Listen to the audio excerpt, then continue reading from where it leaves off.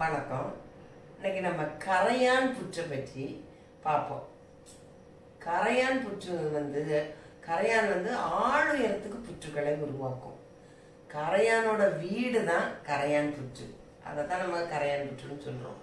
கரையான் புற்றுகள் பூமிக்கு அடியில பல மீட்டர்கள்ல வலைப்பின்னலா நிறைய சுரங்கப்பாதைகள் நிறைய கொண்ட ஒரு நிலவரை தான். அதான் கரையான் புற்று. இங்கதான் கரையான்கள்லாம் வசிக்கும். இதுல கரையான் புற்றுல நிறைய அங்கங்கே ஓட்டைகள் இருக்கும். அது அதுக்கு காற்றோட்டமும் நல்ல காற்றும் நல்ல குளிர் வசதி எல்லாமே அந்த ஓட்டைகள் வழியா அந்த கரையான் புற்றுக்கு கிடைக்கும். உள்ளதுகளுக்கு எப்பவுமே அதிக வெப்பமோ அதிக குளிரோ தாக்காது. இப்படிப்பட்ட அந்த ஓட்டைகள் அந்த பொந்துகள் வழியாதான் நாகங்கள் உள்ள புகுந்து பாம்புகள் அங்க குடியிருக்கும். எதுக்கு குடியிருக்குது? அது அப்படி குடியிருக்கிறதுனால அதை பாம்பு புற்றுன்னு நம்ம சொல்லிடுறோம். ஆனா உண்மையிலேயே அது பாம்பு புற்று கிடையாது. அது கரையான்களால் உருவாக்கப்படுகிறது. பாம்புக்கு புற்று உருவாக்குற தன்மையே கிடையாது. இது எதுக்காக இந்த கரையான்கள் புற்று எப்படி உருவாக்குதுன்னா அதோட எச்சில மண்ணோட சேர்த்து குழைச்சுதான் இந்த கரையான் புற்றுகள் உருவாக்கப்படுது. அதனால இந்த கரையானோட எச்சில் ரொம்ப மகத்துவம் நிறைந்தது. அது அதாவது மருத்துவ குணம் உண்டு இந்த புற்று மண்ணுல.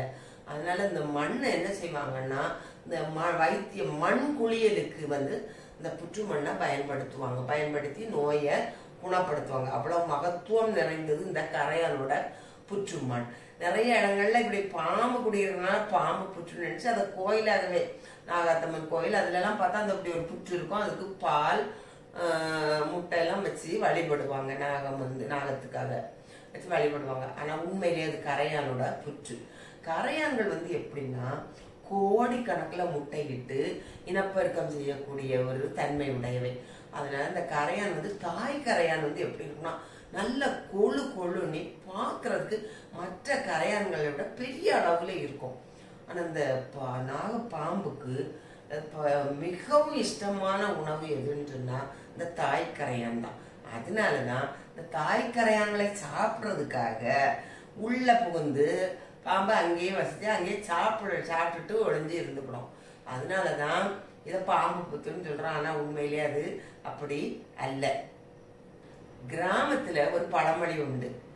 அத கரையான் புற்றெடுக்க கருநாகம் குடிகொண்டதை போல அப்படின்னு சொல்லுவாங்க. இதுல இருந்தே தெரியுது புற்றை கெட்டுறது யாரு? கரையான் தான். ஆனா அத குடி போய் இருக்கிறது யாரு? இந்த கருநாகம் போய் உள்ள குடி இருக்கும் இறைக்காக. இதுதான் இந்த கரையான் புற்றை பற்றி இன்னைக்கு நம்ம கொஞ்சம் தெரிஞ்சுக்கிட்டோம். வணக்கம்.